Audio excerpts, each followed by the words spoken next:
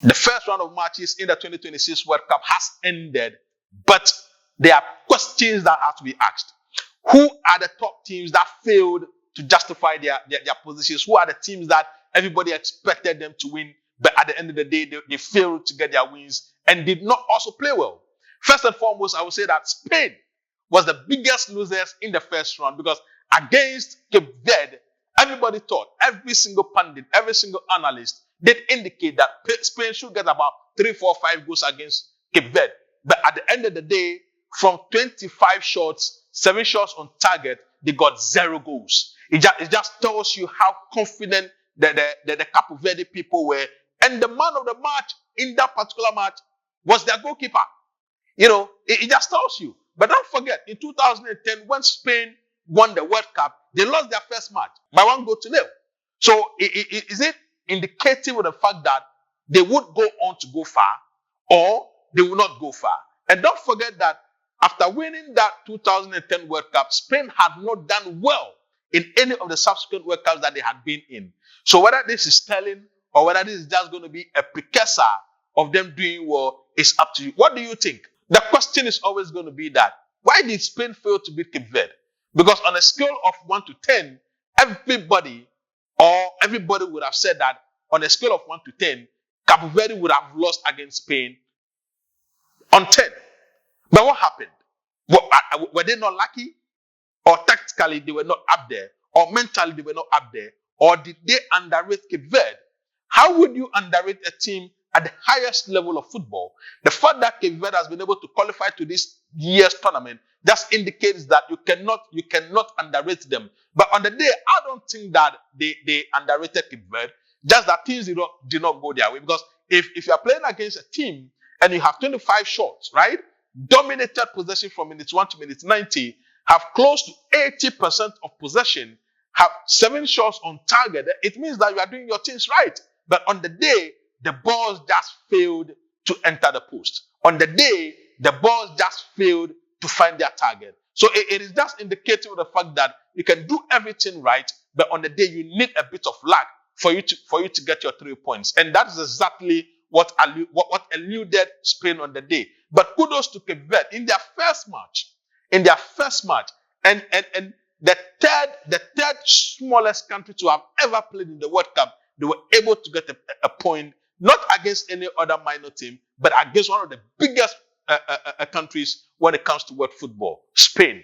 But the question then also is that, will Cape Verde be able to subsequently improve on their performance against Spain? Because if you're able to get a draw against Spain, it means that it's going to boost your confidence. Your morale is going to be up high. It means that what you did against Spain did work. But against the other teams, are they going to be in such a defensive shape again? Are they going to sit and then soak all the pressure for 90 minutes? If they were able to do it against Spain, it means that they're likely to do it against all the teams on the same caliber as Spain. So the question I pose to you, do you think that Spain will be able to get points in their subsequent matches, or Cape Verde will be able to go out of the group stages or get subsequent points in their subsequent matches?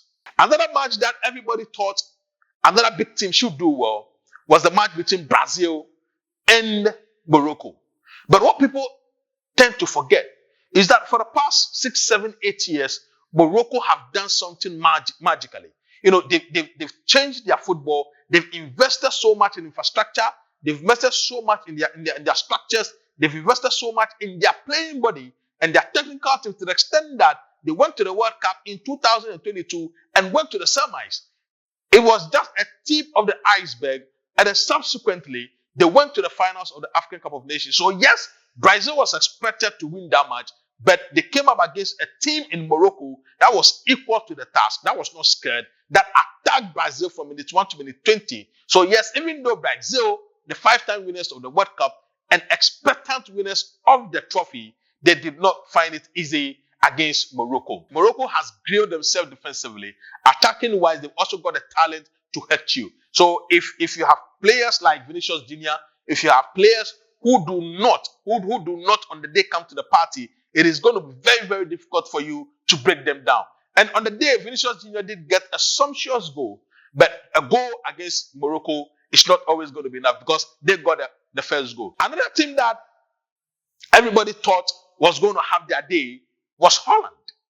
Holland is always a perennial underachiever, because every single tournament, Holland are touted as one of the favorites. But every single World Cup, they have failed to justify that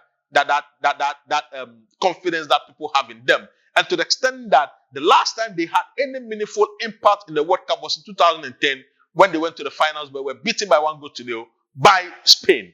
And on the day, they drew 2-2 against Japan. Everybody thought that against Japan, at least they should be able to get all the 3 points. But in the dying embers of that game, they conceded and lost the 3 points.